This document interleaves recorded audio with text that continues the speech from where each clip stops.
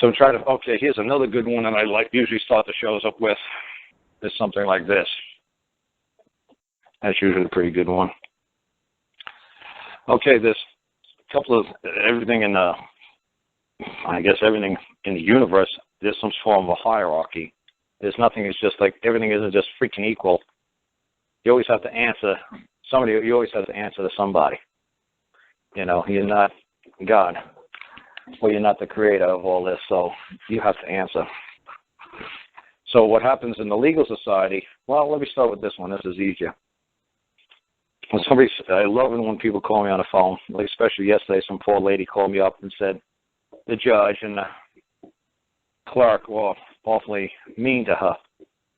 And I say to her, I'm the judge. I said, you mean a man acting as a judge? The man who acts as a judge, or a man who's acting as the plaintiff or the defendant? The man who's acting as the clerk? Are you talking about a man? Are you talking about a judge? And a lot of people, you know, they hit a brick wall instantly by talking to me.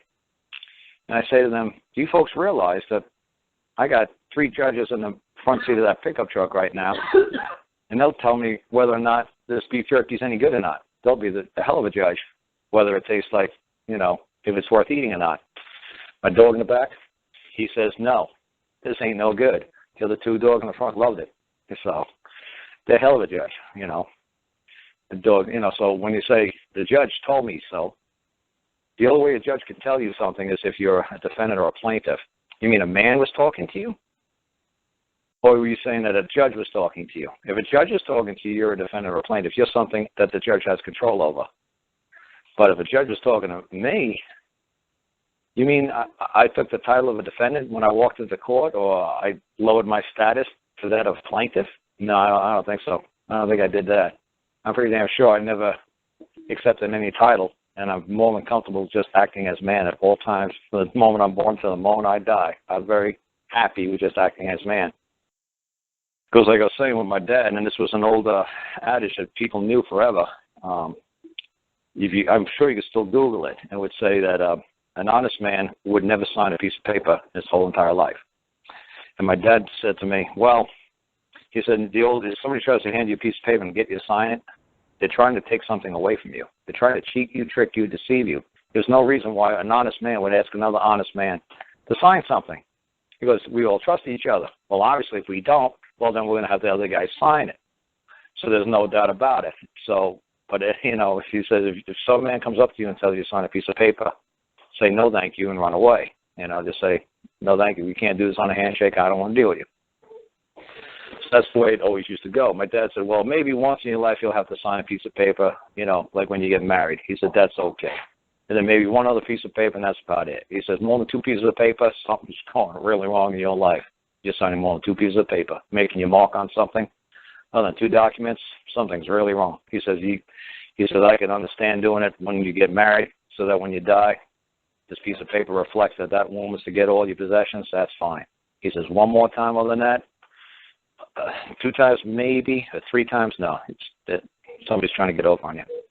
So this was the old-fashioned way that things were, because paper, pen, and ink were very rare at one point in time. So nobody could read or write. So why would you have me sign something in Chinese hieroglyphics? I don't know what this is, and why would I sign it? Well, trust me, and it'll all be okay. Yeah, right. Sure it will. So let me say a simple way to explain, like a defendant and stuff like that. When I ask people all the time, is it a good thing to be a defendant? And almost everybody will say no, right?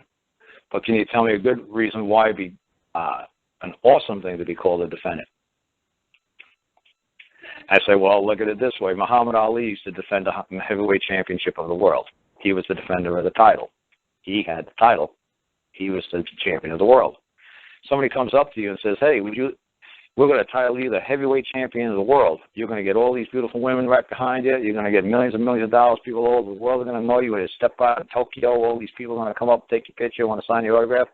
You're the new heavyweight champion of the world. Hey, that's all right. I like that. Sure. I'll defend the title.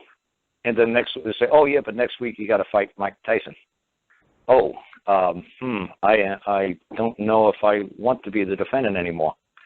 Well, I don't see the benefit anymore.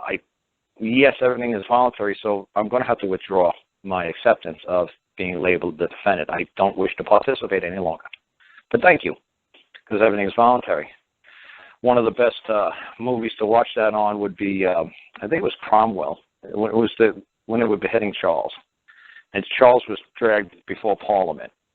And Charles kept saying, where do you get the authority? Oh, this is a lovely word. I love that word. I believe it was Cromwell. I believe it was the one with Harris. I'm trying to remember the name, man. Richard Harris, yeah. And Alec Guinness was Charles. So whatever one Alex Guinness was, King Charles, that's the one. When you watch them try to try the king, when you watch them try to try man, like watch them try to try me. It's going to be a lot of fun because it's going to be a repeat of that movie. Where do you believe you derive that authority? What does the word authority literally mean? Nobody ever knows. You say, oh, he doesn't respect authority. I mean, that's the first thing they always tell my mom about me. Oh, your son doesn't respect authority. If somebody Google it right now, it means a dictator. Karl doesn't respect authority. Well, I don't respect Pol Pot, Mao, Hitler, Stalin. Like, that's a bad thing. I don't think it's a bad thing. It's a wonderful thing that my son doesn't respect authority. He doesn't want to be dictated to. That's right.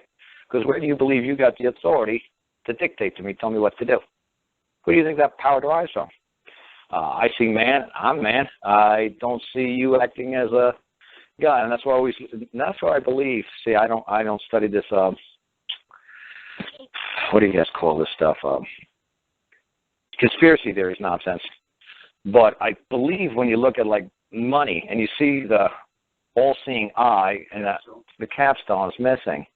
To me, I believe, because if you look in every legal dictionary, you'll never find the definition of man, because every man is different, unique, and unique. You can't define man because everybody's different. It's ridiculous. So, and to me, the legal society can't define their creator. Just like I, as man, can't define the I. There's 7 billion people on the planet Earth. I guarantee there's 7 billion definitions of what God is. I guarantee nobody's going to have the same belief or the same exact image in their mind what their creator looks like. So everybody's going to have a difference of opinion.